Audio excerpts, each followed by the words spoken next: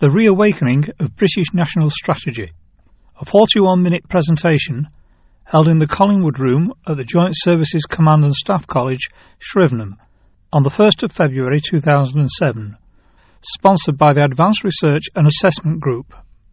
The speaker is Dr. Julian Lindley-French, who is a Professor of Military Science at the Royal Military Academy of the Netherlands. Dr. Lindley-French.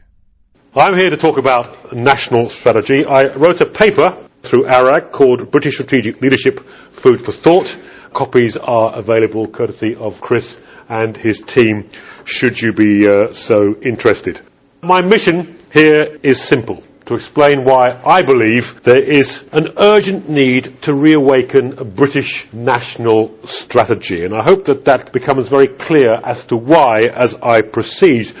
My core message is as follows. The pace, scope and nature of change in this world is, I believe, leading to many challenges for this country, but at the same time creating a unique opportunity for the UK to leverage its influence to strategic effect. And believe me, we will need to.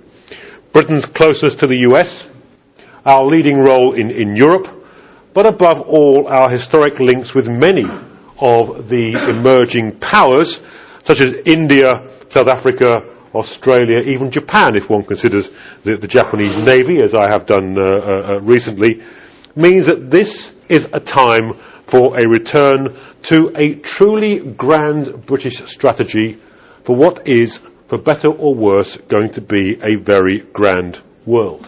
Now, that in turn will mean an end to the woolly strategic thinking in London that has too often passed for strategy these 50 years past, and which too often has been reactive and designed either to keep the Americans happy in their wider world, or indeed the French and Germans happy in their Euro world.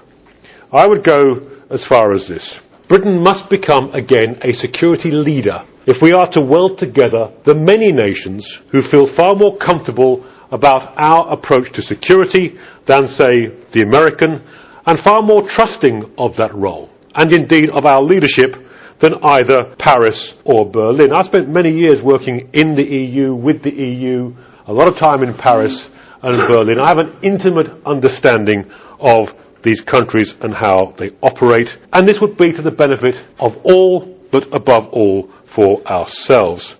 Churchill once had a vision of a Britain at the centre of three orbs: the transatlantic, the European, and the Commonwealth. It was perhaps the wrong idea at the wrong time, a vision at a time of decline. We are no longer in decline, and we must understand that we are no longer in decline. We are in a unique position at a unique moment. But I put this to you. Are we up to it? Can we put strategy before treasury? Can we place security above bureaucracy? Are we any longer capable of thinking strategically? What strikes me as a matter of urgency, we need a new strategic narrative, a story of Britain in the world today, for ourselves, for our people, and for our partners. We too often get mired in the bureaucracy of security without thinking about the essential message that we aim to convey, but also that we seek to defend.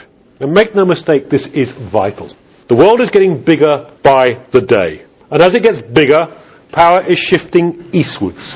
And as it shifts eastwards, it is becoming more unstable and more classical. This is not a world for idealism.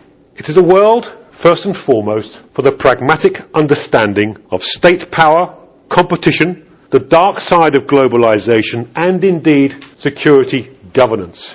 It is an age where one must understand the linkage between geopolitics and human security.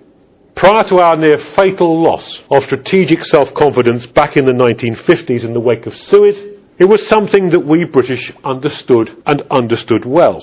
We lost that, subsiding into metrics and too often bureaucratic doublespeak. It is time we learnt again to think big about the world and indeed our role in it. It is time to escape from strategic mediocrity. That is not to overstate our power. We understand our limits probably too well, indeed far too well. But let us be clear, for too long we have understated our power to the point where it's become a strategic culture for the United Kingdom, and that too must end. We have the world's fourth or fifth largest economy, and in terms of usability, the second most advanced armed forces, even if they are being driven into the ground through no fault of the Americans, but driven into the ground trying to fulfill American grand strategy. First, for all the strategic political correctness of our age, these twin pillars of reality are still the foundations of power, economy and military, like it or not. Second, like it or not, power breeds responsibilities. We cannot escape that, whether we like it or not. We have no alternative but to be a leader. And believe me, the West needs several leaders at this moment, and we are a key player in that. The only question, therefore, for me, concerns the best way to organise our national power in all its forms to be best able to secure our legitimate and just national strategic objectives and exercise said leadership given the challenges we face, from systemic terrorism, strategic crime, energy security, a major, if not the main driver of change in this age, classical state competition, and indeed the more esoteric challenges such as pandemics and climate change. Now today, my focus is unashamedly military, albeit not exclusively so. That is why I am making this call, nay plea, for the reawakening of a British national strategy. However, given that, it is incumbent upon me to justify such a call in terms of implications for our existing relationships. First, the United States. American strategic leadership remains vital, not least because as the need for grand strategy grows, and with it the grand stability that is the creed of the West in this age, so does the importance that states such as India, South Africa, Japan, Brazil and Australia recognise that the West is no longer a place but an idea.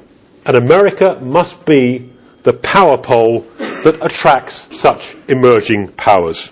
Moreover, it is vital to our national interests that we help keep America strong, not least in East Asia, for if the power credibility of the United States fades therein, we are in for the mother of all arms races.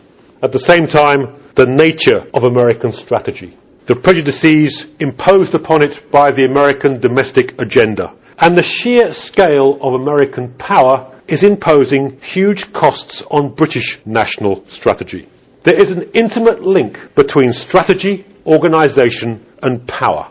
Indeed, strategy is as much a function of what can be done as what needs to be done, and that in turn has a huge impact on the organisation of power by a state.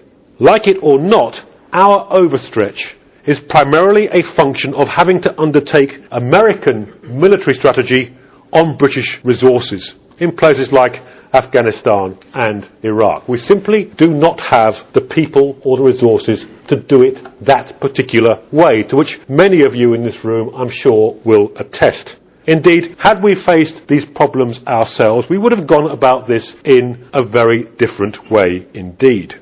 Now, Whitehall likes to assure us, those of us concerned about this, that in return for our effort, we have a unique influence on American policy and strategy. I'm not so sure. I spend a lot of time in Washington. It is the nature of the American political system inside the Washington Beltway that unless one has real political influence, i.e. real domestic clout, one is nothing. We have, at best, very limited influence over American strategy and policy. 50 years ago, in the wake of the Suez Crisis, we handed over our proud national strategy to the Americans. Make no mistake about that, that's what we did. For much of that time, the Americans did not do at all bad by us. However, now is the time to reclaim it. It is time to rebuild our security and defence autonomy and identity and create genuine strategic options, even if that means defence expenditure over 3% of GDP per annum. It's about choices. It's about leadership. It's about common sense. If not, then I fear that our armed forces will crack and our influence in parts of the world vital to our national interests will fade. Indeed, I would go as far as to say that our determination to support US strategy, come what may, is not only helping to break our armed services, it is destroying any chance of a balanced national strategy and with it a balanced defence posture. Now, I stress this is not the fault of the Americans, and indeed we need their leadership, but we also need a mature relationship in which our interests are also to the fore. It is not as though we are an unattractive security partner. Our comprehensive approach to security is nothing new, but in fact the latest iteration of over 400 years of pragmatic security governance.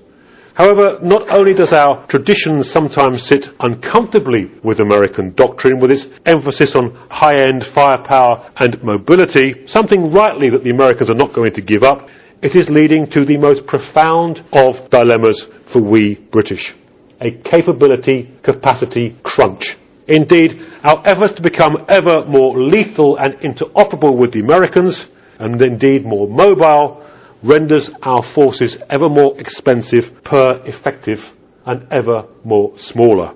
And yet 90% of the missions our forces undertake are robust stabilisation and reconstruction, in which a critical mass of forces is vital, not only to create the security space, but because of the essential failure of our current civil-military model, we ask our limited armed forces also to fill that security space.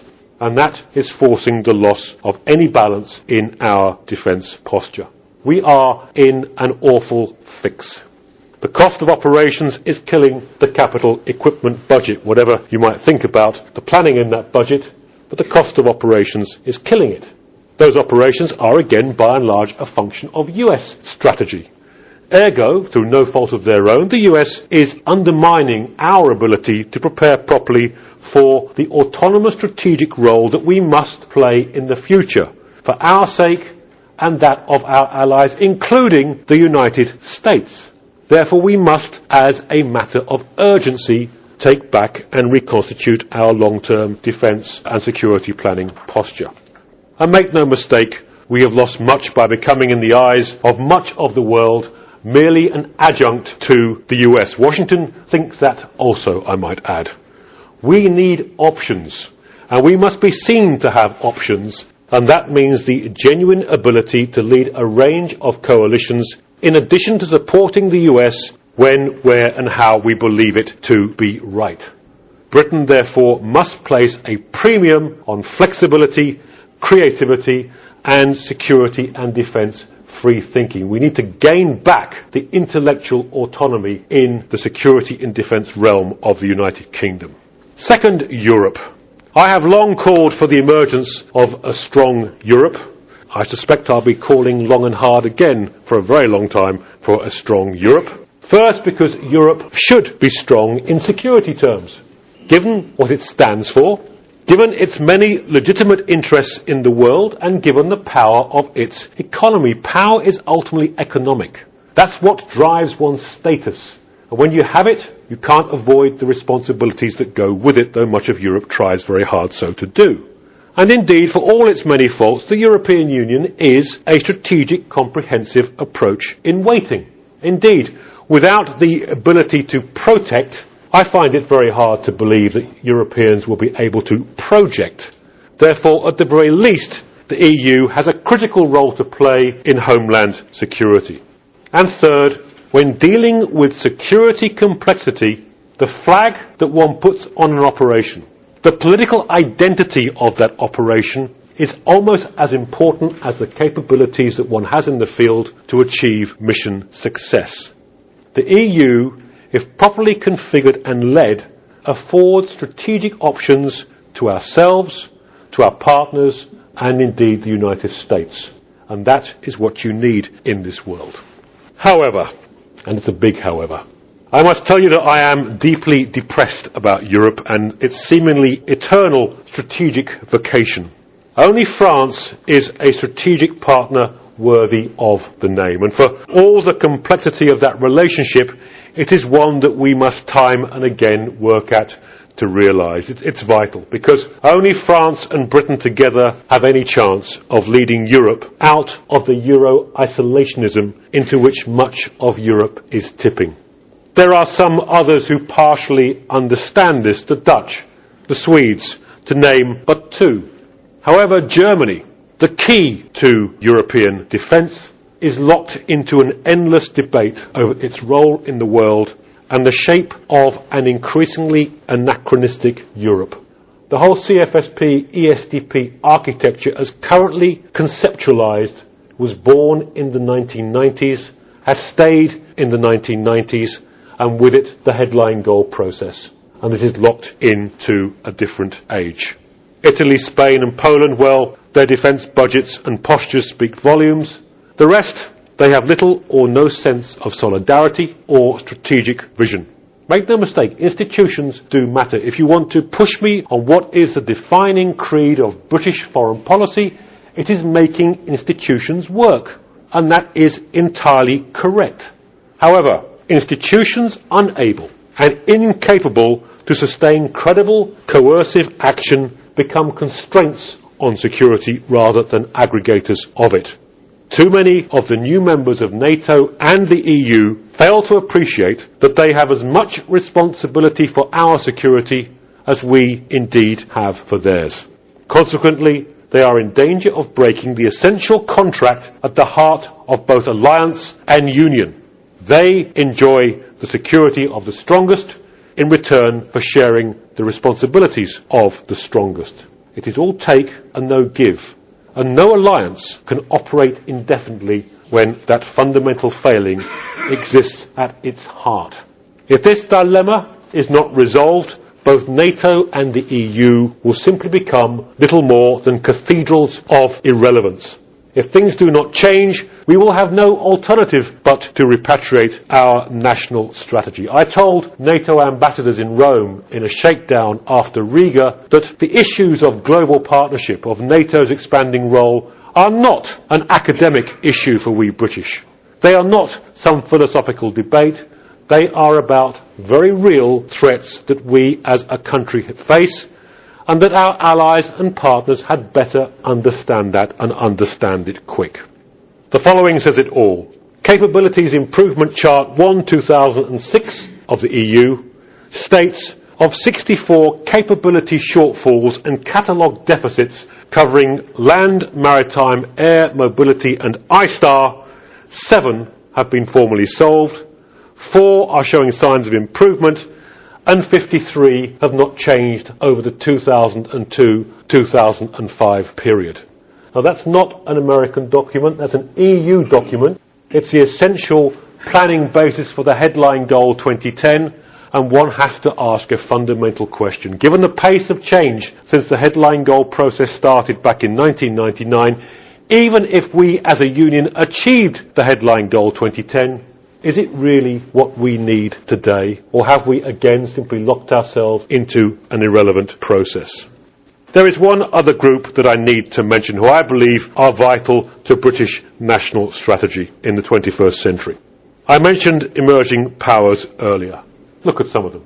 India, South Africa, Australia. These are vital regional poles of stability, each of which is seeking a new grand strategic relationship with the West, Japan included. I visited all 4 countries in the last year. That was the message I got from all of them. We have the opportunity to build a grand stability cluster around states that base their armed forces on British traditions, or at least understand those traditions. And the message I got in Delhi was interesting. We are very interested in talking to the British about these issues, but the British seem very uninterested in talking to us. We have a vision for such a role, but the British seem to have lost it. This is a profound error that we are in the process of making. Indeed, we will only be able to reawaken such partnerships if we in Britain have the vision and the strategic self-confidence to take a lead on this. If we simply again convince ourselves that it is not politically correct to mention the past and our role in it, or indeed the utility of armed force in the modern world, then we are missing a golden opportunity to expand vital security relationships with key actors who can make a strategic, comprehensive approach reality. Now, I'm not suggesting turning the Commonwealth into a new security organisation, far from it, but I am suggesting that we re-energise, that we start a proper strategic debate with vital partners therein who are becoming more vital by the day and with whom we share a key historic relationship. My final message is this. It's about us, who we are. The unwillingness of our political leaders to rise above their mediocrity and be honest with the British people about the costs of contemporary security and the investment required therein has led us, in my opinion, to this critical juncture. Paradoxically, it is compounded by the very professional status of which so many of you in the armed forces are rightly proud. In a vain bid to close the strategy capabilities gap, the armed forces are having their task list expanded exponentially, even as the military security budget is cut to fund the ever-expanding social security budget, which is in turn designed to fix an ever more malignant malaise in our society. Why? Because the citizen must no longer be inconvenienced by insecurity. Why? Because the security delusion of the people must be maintained. Look at Afghanistan. It is not ultimately the Taliban that is making success so hard. It is the unwillingness of all Western leaders to properly invest in success and thus release the vast resources. There has been no group in the history of this planet as such as the West with the power and wealth that we enjoy. We talk it down, but we are 75% of the world's gross domestic product, whatever's happening in India and China and East Asia. If we truly released the resources we could to create a shop window for the effect we could generate in this world, we could do this. And next month's meeting in Seville will be the crunch for Afghanistan, the crunch for our credibility, because the Afghans are a simple people, they'll back who'll win. And we could win, we could succeed if we had the mindset and the willingness collectively to put the kind of resources that we could. We are not the Soviet Union in the 1980s. We are not the Americans in Vietnam in the 1970s. I think it's very important that we understand that and turn this situation around. We can invest in success. Instead, we are seeing the creation of military ghettos, full of overburdened individuals and families who bear the brunt of a society no longer willing to invest properly in security. The result? An ignorant civil society, neglecting the contract with military society, whereby the former affords the latter a decent standard of living in return for the risk members of the armed forces bear on behalf of society as a whole. It is no wonder people are voting with their feet and leaving the armed forces. It is therefore time to repair the link between civil society and military society. It is time for an honest debate in society about the power we British must be, how much it will cost, and the best way to go about it. It is time to reawaken British national strategy. It is time for a strategic narrative. But above all, it is time for real leadership. Remember this, vision without strategy is delusion. Strategy without commitment is deceit, and security without power is but itself a delusion. Some ages forgive mediocrity. This, believe me, is not such an age. Thank you very much.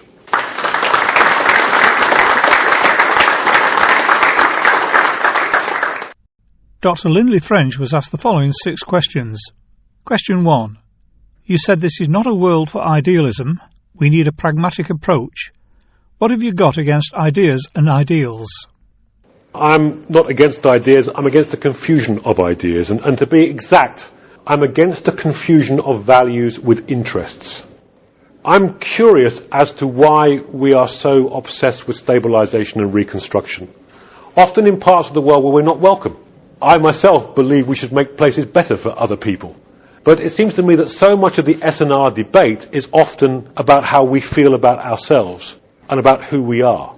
And yet we're not prepared to fund all the processes designed to make that a reality, be they military or civil. We talk the talk, but we don't walk the walk on this. So I think at the heart, in this country in particular, is a profound confusion about who we are, what we stand for, what is the idea that we are pushing.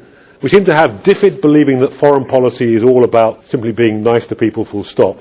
We have the FCO, which is focused on keeping Europeans happy, and we have the MOD, which is focused on keeping America happy, but there's no, as it were, centre of gravity of the idea that we are. Now, I think the mistake with the neocons in the US is to believe that democracy becomes before stability, and that the essential mistake they made in Iraq, and the one that we bought into, knowing full well that it wouldn't work, is that you first of all must have stability. And what I mean by pragmatism is that, yes, it would be nice if we could expand democracy in this world.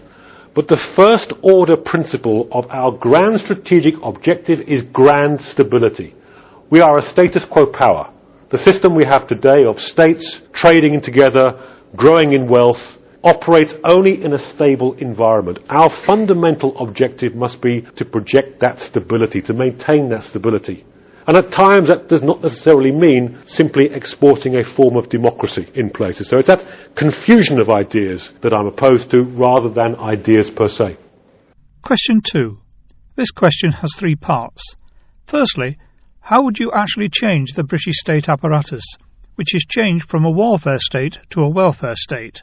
And would you be prepared to invest in the industries that we have decimated over the years in order to create the power base to generate strategic power?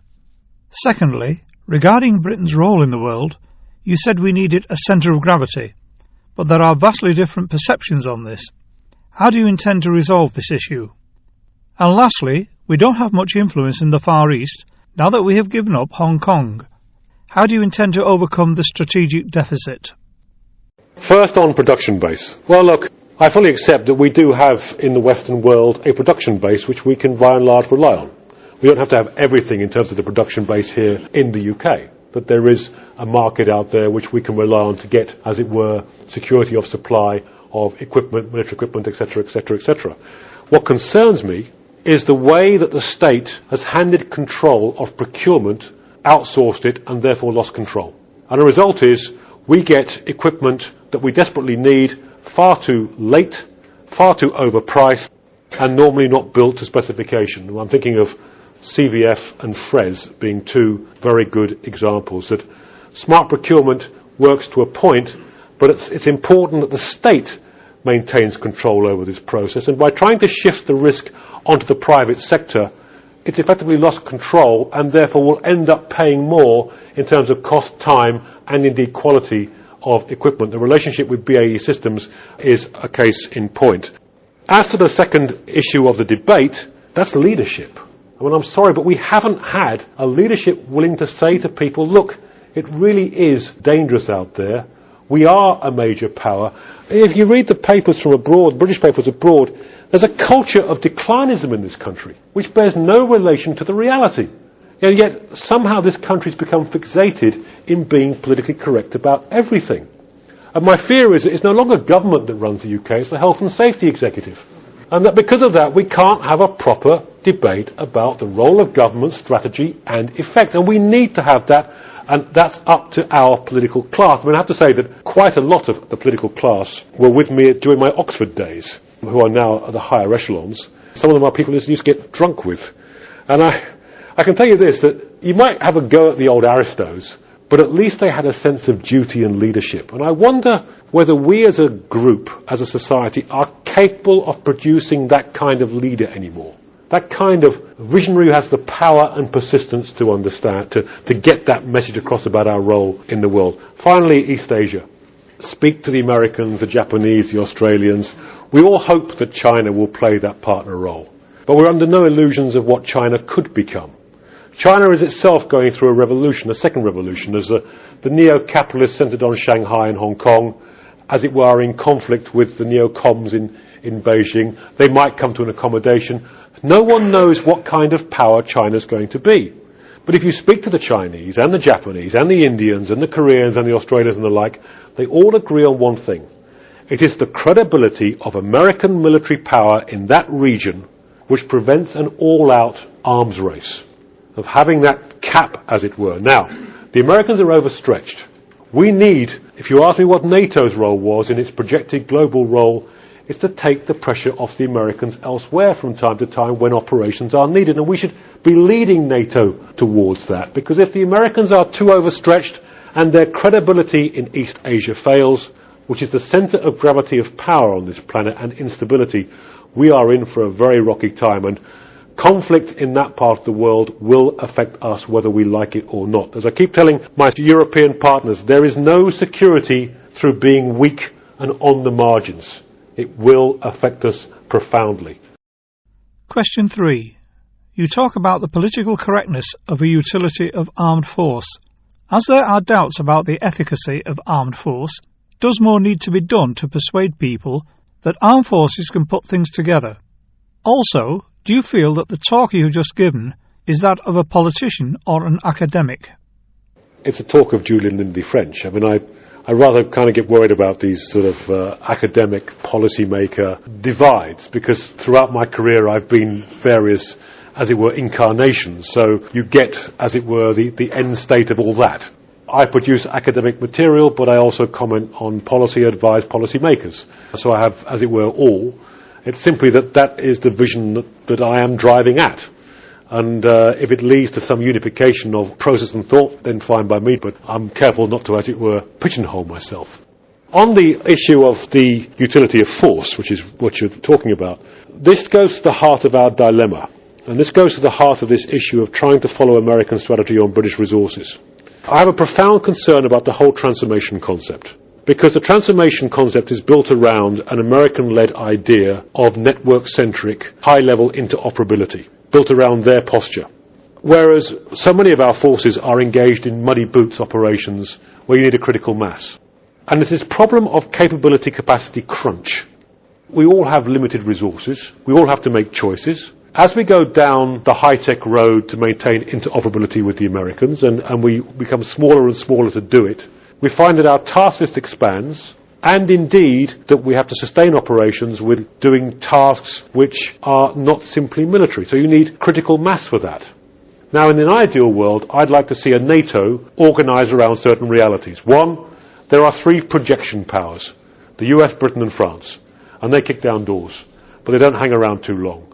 2, there are the peacekeeping powers, who don't particularly like coercion, but they have a certain critical mass, led by Germany, but all the continental Europeans are by and large in that group. And 3rd, you have the protected powers, the smaller, newer members to the east, who don't really want to do anything than be protected by the Americans through NATO. But of course, what you're seeing in Afghanistan is that many of our European partners will not play that game. They will not support the British Army in the field. When things get tough in Helmand, they put restrictive ROE, so they can't do that. And my fear is, because of that, we then try to cover everything with our very limited, our very small armed forces. We try to create the security space, and we try to fill it. We talk about creating civilian military effect. We talk about the comprehensive approach, a complex of actors. But we haven't even begun to change the doctrines of the civilian ministries, their way of going about their business, that we would need to do to get them really involved in filling that security space. So over and over again, you get an exponential growth in the task list of the military with no real solution as to how that will be brought to an end. Question 4. You said that if we'd had to do Afghanistan and Iraq again, we wouldn't have done it the way we did. What is your vision of how we might have done it differently if we'd had our own security strategy? Well, I do think there's a fundamental divide between this American administration, it might change, and most Europeans, which is the Americans tend to over-militarise security and we tend to over-civilianise it. And there's no government in Europe where the Ministry of Defence is more influential than the Ministry of Foreign Affairs. So first of all, we would have put an awful lot more energy into various elements of diplomacy, an awful lot more energy into making the UN actually work in terms of the sanction regime on Iraq itself. We'd have taken longer with the inspections regimes. We would have ratcheted up various diplomatic and economic constraints, and then, and only then, would we have considered the military option. But of course the European reality is there is no military option. And it's that we somehow have to fix from our point of view by having different axes of coalitions that we can build. I think my approach of giving Britain options in terms of the coalitions with which it can work, and Britain being aware of that there are Europeans out there that we can do some work with, but not necessarily through the EU. There are emerging powers out there with whom Britain can do some very serious work, and that we must build those relationships with ourselves at the centre of a hub, and that's one hub of several in the West, that can enable those options and those alternatives when we so need them. Question 5. If we do have a debate on national strategy, what proposition would you put forward? There was a debate after the Second World War revolving around Bretton Woods and the United Nations. Do you think that is a basis for future national debate of a strategic nature, that we are part of a globalised world, and the role of the UN would be vastly improved and strengthened if we made a public global commitment? On the first question you raised, I would strongly push for a debate about security policy rather than defence policy. I think too often the debate that's taken place in this country has been very defence focused. Now what is evident in dealing with complexity and the sheer scale of that is that you have to apply all national power, and that what you need is an overarching security policy of which defence is one component. You need this comprehensive approach to security. You need to organise that effect accordingly. And I think that the UK in some ways is well placed to start that process, to start that debate about what role do the great agencies of state and indeed the private sector and NGOs have in enabling that security effect that we seek to generate. A just and legitimate security effect that we seek to generate. On the issue of the UN, I'm very pragmatic about this. The relationship between effectiveness and legitimacy is an extremely tight one. It's very hard to be effective in this world without being legitimate. Now, in an ideal world, you would want legality conferred by the UN. But I am in full agreement with our colleague here that ain't always going to happen. In fact, we're going back towards a kind of Cold War Security Council with China and Russia in particular behaving in very, very narrow national form. So, you can't get legality every time, but you can get legitimacy through democracies acting together with regional host nations like India, like South Africa, who in a sense give you that level of legitimacy. Nothing's perfect in this world, but you get that level which reinforces your effectiveness. So you have to have options, and those options are institutions first, institutions minus second, but I would also recognise that you've got, for example, the G8. You've got to bring the likes of China and India into this grouping. You've got to have informal mechanisms where, like it or not, the smaller powers will jump up and down, because they always do. The G77 will get very unhappy. But, like it or not, you've got to have some form of directoire. And like it or not, China and India are part of that directoire, maybe Brazil as well. So, if you can't make it work inside the very complex institution of the United Nations, then you make it work outside the institutions of the United Nations by a G8 or G10-11 type organisation. But it seems to me that in the world into which we're moving, which states will be still the centre of gravity, partly because power is moving eastward, you've got to have that dialogue, you've got to have these kind of mechanisms. And one final word on the UN. We have got to decide whether the UN Security Council is a UN Security Council or an Executive Committee of the United Nations. If it's a Security Council, that means if permanent membership is expanded, it is expanded to states ready and willing to use force, if necessary, to ensure that resolutions are carried out. Germany and Japan, I hope you're listening to this. If it's simply an Executive Committee of the UN of the great and the good and a few others, change its name, change its function, and ergo. But what we've got right now is a Security Council that's actually an Executive Committee and therefore does not function. Question 6.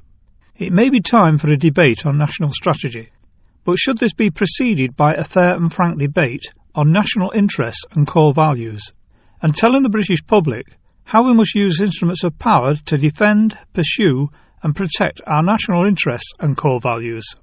And also, would being more precise about these values help us reflect the values of other regions of the world in our foreign policy?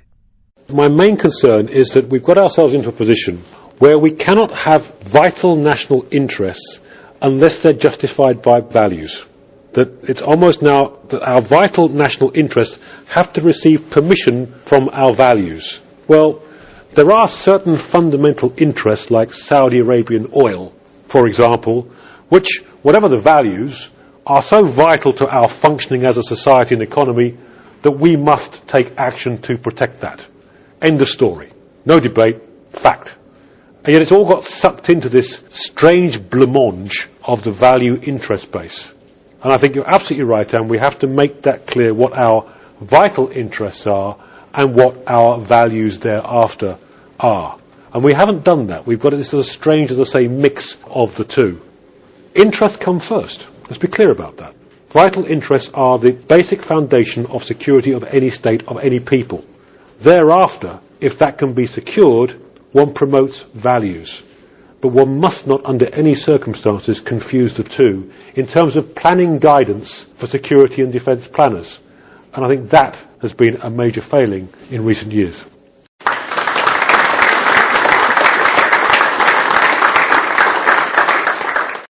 Dr. Julian Lindley-French can be contacted by email at jslfrench@aol.com.